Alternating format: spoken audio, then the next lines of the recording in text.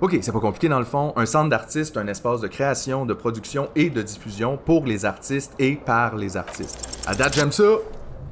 Et là, c'est quoi les chances? Le RCAAQ, qui est le regroupement des centres d'artistes autogérés du Québec, a publié un communiqué le 15 janvier 2024 pour dénoncer les conditions salariales précaires dans les centres d'artistes. Comme c'est spécifiquement son domaine de recherche, j'ai demandé à Laurence si la situation était si pire que ça. Je te dirais que la précarité est bel et bien toujours présente à la fois pour les artistes et pour les centres d'artistes. Et oui, la situation est vraiment particulièrement difficile. Je sais pas si c'est quelque chose que tu as remarqué dans les dernières semaines, mais il y a eu beaucoup de prises de position, de prises de parole, d'artistes, de regroupements artistiques, justement pour dénoncer là, ce qu'on pourrait appeler une crise de financement dans le secteur artistique et culturel.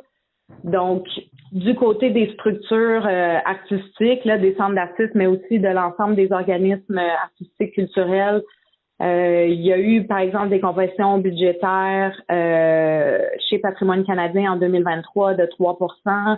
Ça affecte quand même un nombre important d'organismes, même si les centres d'artistes autogérés sont pas directement touchés par ça. Ça affecte l'écosystème au grand complet. Depuis la pandémie, il y a eu une hausse super importante de l'inflation.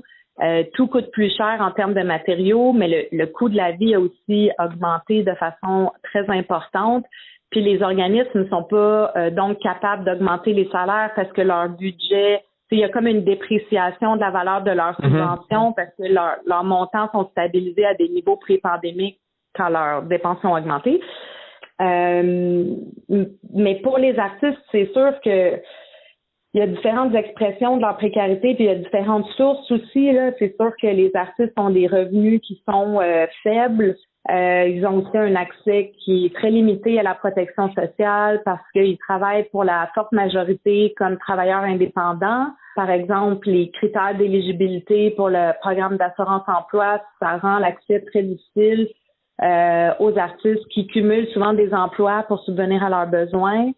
C'est le fait aussi que les opportunités de travail soient beaucoup plus limitées par rapport au nombre de personnes qui s'identifient comme des artistes professionnels. C'est sûr que d'un point de vue structurel, ça contribue à maintenir les artistes là, dans une situation de précarité et de pauvreté. Là. Fait qu'en gros, ça va mal à l'atelier. Comme ça va mal à la shop, mais il n'y a pas de shop, il y a un atelier. Anyway. Mais qu'est-ce qui se passe à Victoriaville? C'est quoi le rôle d'Antoine là-dedans? Et surtout, pourquoi? Si je veux résoudre l'affaire, va falloir que je me déplace. Puis vite à part de ça. Avant que les preuves, comme les toiles, sèchent. Bon, première étape. Où est mon soulier?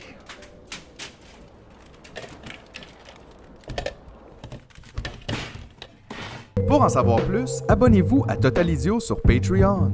Ayez accès à un épisode par mois avant tout le monde, plus des bonus, des extras, du plaisir, de la vie.